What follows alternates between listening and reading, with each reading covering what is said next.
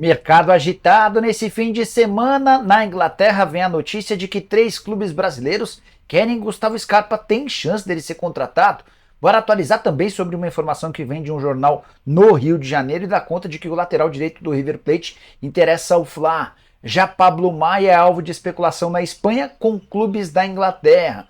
Preciso te falar também sobre a palestra que Leila deu na Globo, elogiando, declarando amor à principal emissora do país. Já o Cruzeiro está confiante de que pode faturar mais dinheiro com o Vitor Roque. Te explico as últimas do Atlético Mineiro, com o presidente anunciando sua saída de vez. Falo também sobre Corinthians, São Paulo, bastidores, mercado, finanças e muito mais. Antes, deixa eu só me apresentar. Me chamo Jorge Nicola, jornalista esportivo, e o objetivo por aqui é deixar você por dentro de tudo que está rolando com o seu clube do coração. Para não perder nada, aperta o botão vermelho de inscreva-se, ativa as notificações e deixa like se puder, beleza? Bora contar que todo esse conteúdo é um oferecimento de 1xBet. Estou colocando jogos desse sábado da Premier League e o Campeonato Inglês. Palpites fáceis para você se dar bem, tá? Tem Chelsea e Brentford, tô indo de Chelsea. Arsenal e Sheffield, tô indo de Arsenal. Bournemouth e Burnley, tô indo de Bournemouth. Tem ainda Wolverhampton e Newcastle, tô indo na vitória do time de Bruno Guimarães, o Newcastle.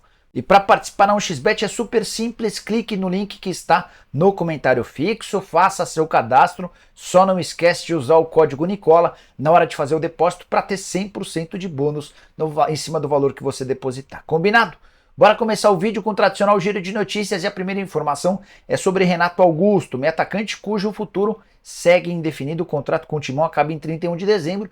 Tanto a situação quanto a oposição já declararam que querem ficar com o Renato, mas em condições diferentes do atual contrato que lhe garante R$1 milhão por mês. Tudo porque o Renato não consegue jogar na atual temporada, foram só 7 partidas completas, em que ele conseguiu atuar do primeiro ao último minuto. Bora falar também sobre o Botafogo, que consultou de fato Nicolás de la Cruz. Essa especulação surgiu nos últimos dias, só consegui confirmação agora com uma pessoa do Botafogo, mas importante dizer que o Botafogo assegura que a consulta se deu na metade do ano e desde então nenhum contato foi retomado, até porque o River Plate pede 16 milhões de dólares à vista pelo valor da multa rescisória. Bora contar que Gilberto, atacante afastado no Cruzeiro há 2 semanas, desembarcou nessa sexta-feira ao lado da esposa e da filha em Salvador, onde pretende passar alguns dias de folga, aumentando a especulação de que ele pode ser reforço do Bahia para a próxima temporada. Para completar o giro de notícias, preciso te contar que o Vasco não terá Marlon Gomes, Paulinho, Rossi e Eric Marcos para um jogo absolutamente decisivo contra o Goiás nesse final de semana, jogo em Goiânia, dos 2 times que integram a zona do rebaixamento ao lado de Curitiba e América. A saideira do giro de notícias, o São Paulo eliminou o Palmeiras na semifinal do Paulista Sub-17, com 2 ex-jogadores do Palmeiras sendo decisivos em campo. Me refiro ao goleiro João Pedro e ao atacante Rian Francisco. O João Pedro pegou 3 pênaltis na decisão por pênaltis, e o Rian Francisco, que marcou um dos gols nas penalidades máximas, havia feito 2 no empate em 2-2 no tempo normal. Ou seja, o São Paulo vai à decisão do Paulista Sub-17, tendo como carrascos 2 ex-jogadores alviverdes. Bora falar agora sobre o Atlético Mineiro. Preciso te contar que o presidente Sérgio Coelho decidiu desaparecer do mapa atleticano. E olha que ele estava cotado para seguir, tendo um papel importante. Você sabe que o Atlético vai virar uma SAF. Inclusive, o anúncio de forma oficial, a transformação do clube em SAF de forma pública deve acontecer em 1º de novembro. O Sérgio Coelho, que é o atual presidente, era o mais cotado para assumir o cargo de CEO do Atlético, da SAF, Galo Holding, que é como se chama a SAF do Atlético. Só que o presidente Sérgio Coelho deu uma entrevista dizendo o seguinte, abre aspas, não me sinto confortável em ser o presidente que negociou as ações e depois virar um gestor da SAF, remunerado. Pode ser legal, mas eu acho imoral, então não vou ser. A partir daí, com a saída do Sérgio Coelho do cargo de CEO, a pergunta que fica aí é quem vai ser o novo CEO da SAF do Galo. Ninguém sabe a resposta, só que tem um acréscimo, uma informação também importante, o Sérgio Coelho que poderia se candidatar à reeleição para presidente da Associação do Galo, a eleição está marcada para esse fim de ano, também já descartou continuar servindo ao Atlético mudanças importantes acontecerão e eu prometo ir atrás desses nomes para deixar vocês a par, beleza? Só para completar, a divisão da SAF do Galo vai ter Rubens e Rafael Menin com 67,9% das ações, Ricardo Guimarães vai ter 10,2%, um fundo de investimentos vai ter 10,9% e o outro fundo com mais 10,9%. Hora de falar sobre o Cruzeiro confiante em ficar com uma quantia maior em relação a uma disputa por Vitor Roque. Só para lembrar o caso, em junho do ano, durante o primeiro semestre do ano passado, Vitor Roque trocou o Cruzeiro pelo Atlético Paranaense. O Furacão foi e pagou em juízo 24 milhões de reais, que equivaliam ao valor da multa rescisória. O Cruzeiro, desde então, pede na CNRD, a Câmara Nacional de Resolução de Disputas, um valor de 56 milhões de reais.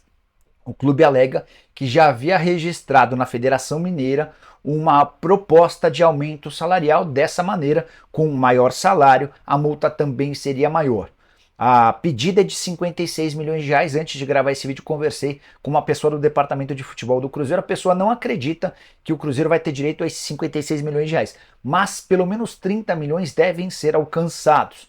Isso porque o Cruzeiro tem conseguido demonstrar na disputa com o Atlético na Justiça de que já tinha gatilhos contratuais prevendo esses aumentos e que garantiriam uma condição maior de salário. 24 milhões depositados em juízo, 30 milhões no total.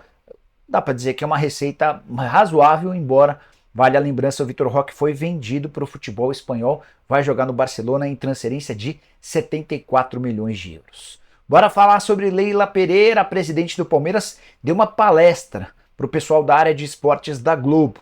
E o que mais chamou atenção nesse contato, e meio às experiências que ela contou sobre ser presidente do clube, sobre as dificuldades da gestão, sobre os próximos passos, teve em determinado momento que a Leila se declarou apaixonada pela TV Globo, disse que é a principal emissora do país e a emissora que ela ama.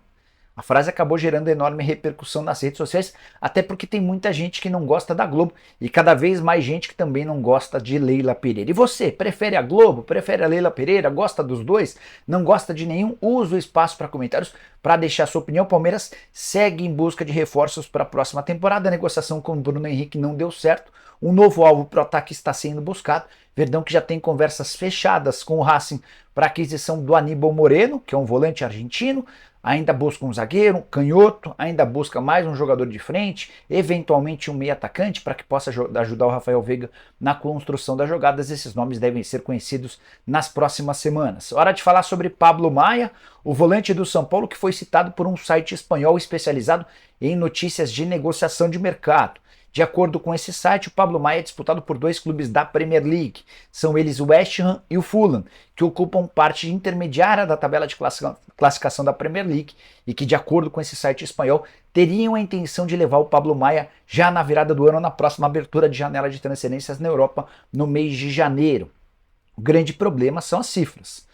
O site chega a citar em 7 milhões de euros. Posso assegurar para vocês que por 7 milhões de euros não há nenhuma chance de o tricolor negociar o Pablo Maia. O Pablo vive um momento de mais estabilidade desde que subiu ao time profissional, titular absoluto, peça super importante na proteção à defesa, mas também na construção das jogadas. Em determinado momento, ao longo desse ano, o presidente Júlio Casares topava vender o Pablo Maia por 10 milhões de euros. Por 10 milhões também não sai mais negócio. O São Paulo pede algo na casa dos 15 milhões de euros por entender que o Pablo tem muito futuro e enorme qualidade para brilhar no futebol europeu. Eu queria saber a sua opinião. Qual o valor ideal para que o negócio com o Pablo Maia saia? Use o espaço para comentários e avalie, beleza? Hora de falar sobre o Flamengo. Informação que vem do Jornal Extra dá conta de que o Fla tem outro alvo no River Plate, que o rubro-negro tem a intenção de contratar o Nicolás de la Cruz. Isso é público. Cheguei a contar para vocês que na metade do ano o de la Cruz disse sim à proposta salarial do Flamengo. Faltou um acordo entre os clubes e o River Plate exigiu o pagamento de 16 milhões de dólares da multa rescisória à vista, o que tornou o negócio inviável. De la Cruz segue na pauta rubro-negra, mas, de acordo com o Jornal Extra, o lateral Santiago Simón também está na pauta. Jogador jovem de 21 anos de idade, formado na base do River Plate, já disputou Sul-Americana e Mundial Sub-17 pela seleção argentina, terceira temporada no time principal do River. Essa temporada nem é das melhores, ele passou por um processo de recuperação física, teve dificuldade para jogar, jogou menos, por exemplo, do que na temporada passada.